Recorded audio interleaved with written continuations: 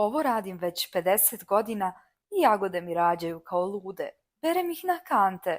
Danas vam pokazujem tačno šta stavljam u zemlju prilikom sadnje i zašto to pravi veliku razliku. Veoma je važno da ostanete sa nama do kraja videa, kako bi vam sve detaljno objasnili. Kao znak podrške kanalu, lajkujte ovaj video jer to nam mnogo znači i daje nam podsticaj za rad. A kako sve funkcioniše? Prvo kopam kuću za svaku sadnicu, dovoljno duboko i široko da korijen ima prostora da se lijepo razvije. Razmak između sadnica jagode oko 40 do 50 cm. Sada dolazi to najvažnije. U svaku rupu dodajem malo stajskog đubriva, ali ne bilo kako. Miješam ga sa zemljom od krtičnjaka. Zašto baš ta zemlja? Zato što je rastresita, puna prirodnih hranjivih materija i odlična je za razvoj korijena. Ova kombinacija daje jagodama snažan start, ali vrlo važan korak je i zaštita korijena. Preko tog đubriva obavezno dodam tanak sloj obične zemlje. Nikad ne stavljajte korijen direktno na đubrivo, jer može da sprži biljku. Sada, kada je to gotovo, stavljam sadnicu u rupu i zatrpavam je zemljom. Obratite pažnju da srce biljke ostane iznad zemlje, ali nemojte ga zatrpati ani ostaviti previše visoko, jer sve to može da uništi vašu biljku. Dakle, ako ga zatrpate previše, jagoda može da istrune. Kada smo ovo završili i prošli kroz ključne detalje, veoma je važno da na kraju sve dobro zalijemo da se zemlja slegne i jagoda primi.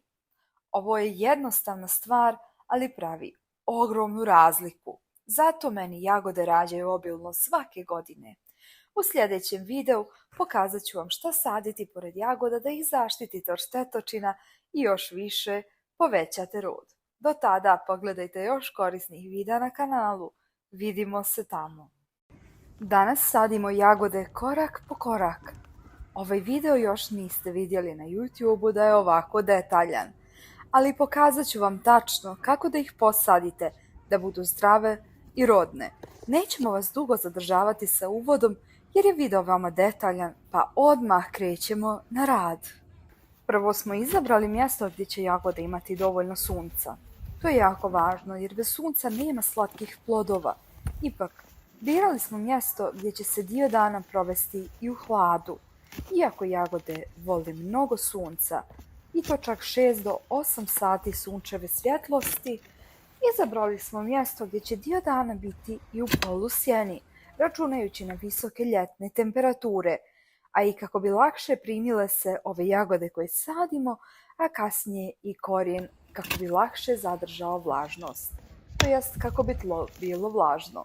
Zatim smo skinuli površni sloj trave i korova, da biljka ne bi imala konkurenciju za hranjive materije.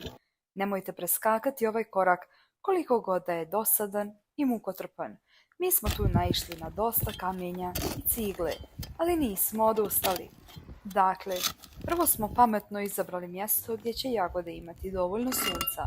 To je jako važno jer bez sunca nema slatkih plodova. Zatim smo skinuli površni sloj trave i korova, da biljka ne bi imala konkurenciju za hranjive materije. Sada nasuli smo sloj zemlje koja je rastresita 15 cm. Sada sitnimo busenje koje je krupno i ravnomjerno raspoređujemo zemlju. A kada ovo završimo, započet ćemo sa kopanjem rupa za sadnice. Razmak između svake jagode bi trebao biti 40 do 50 cm. U svaku rupu dodajemo malo stajskog đubriva. Ali pazite, ne ide direktno na korijen. Naše stajsko đubrivo koje mi koristimo je zapravo pomiješano i sa rastresitom zemljom. Obratite pažnju da đubrivo dodajete samo u kuće. Nemojte ga rasipati okolo jer će vam trava rasti kao luda. A preko đubriva dodat ćemo tanak sloj zemlje. Ovo je važno da ne bi došlo do paljenja korijena. Sada ćemo rasporediti sadnice jagoda, a potom ih izvaditi iz saksija i svaku zatrpati u rupu. Važno da znate, je da srce biljke mora ostati iznad zemlje. Nikad ga nemojte zakopavati, jer u suprotnom može doći do truljenja i propadanja biljke. Znači ni previše duboko, a ni previše iznad zemlje. Kako ćete znati šta je srce biljke? To je dio gdje izlazi svaki list između stabljike i korijena. Dobro pogledajte i bit će vam jasno. Na kraju sve dobro zalijemo da se zemlja slegne i korijen primi. To bi bilo sve za danas. Nadam se da će vam biti korisno. Ako vam je bilo korisno bilo šta iz videa, lajkujte ovaj video, to nam je velika podrška. U narednim videima pokazat ću vam šta je najbolje zasaditi pored jagoda, koje biljke ih štite od štetočina, a koje im pomažu da bolje rastu. Ako želite zdrave jagode, ovo je osnova koju ne smijete preskočiti. Hvala vam na gledanju i vidimo se u sljedećem videu uskoro. Pozdrav!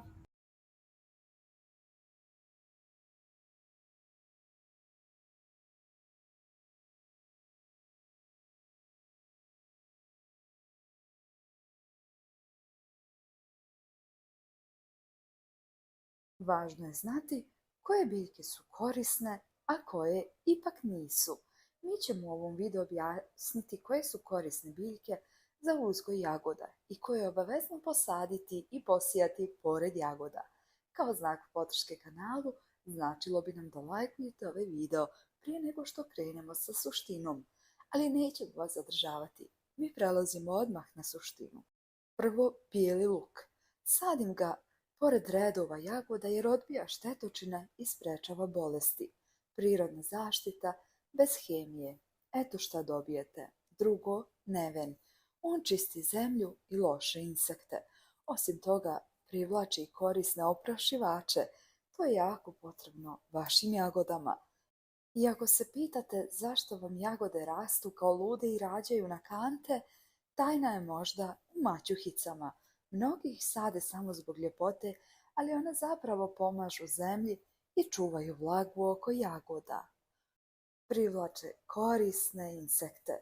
Ova kombinacija mi godinama daje nevjerovatan rod bez puno ulaganja, a ako i ti želiš punu kantu jagoda, probaj ovo već ove sezone. Ostani sa nama ovu sezonu jer za vas pripremamo puno korisnih savjeta, kao i uzgoj u vrtu, a i na terasi. Hvala vam na gledanju, do sljedećeg videa. Veliki pozdrav!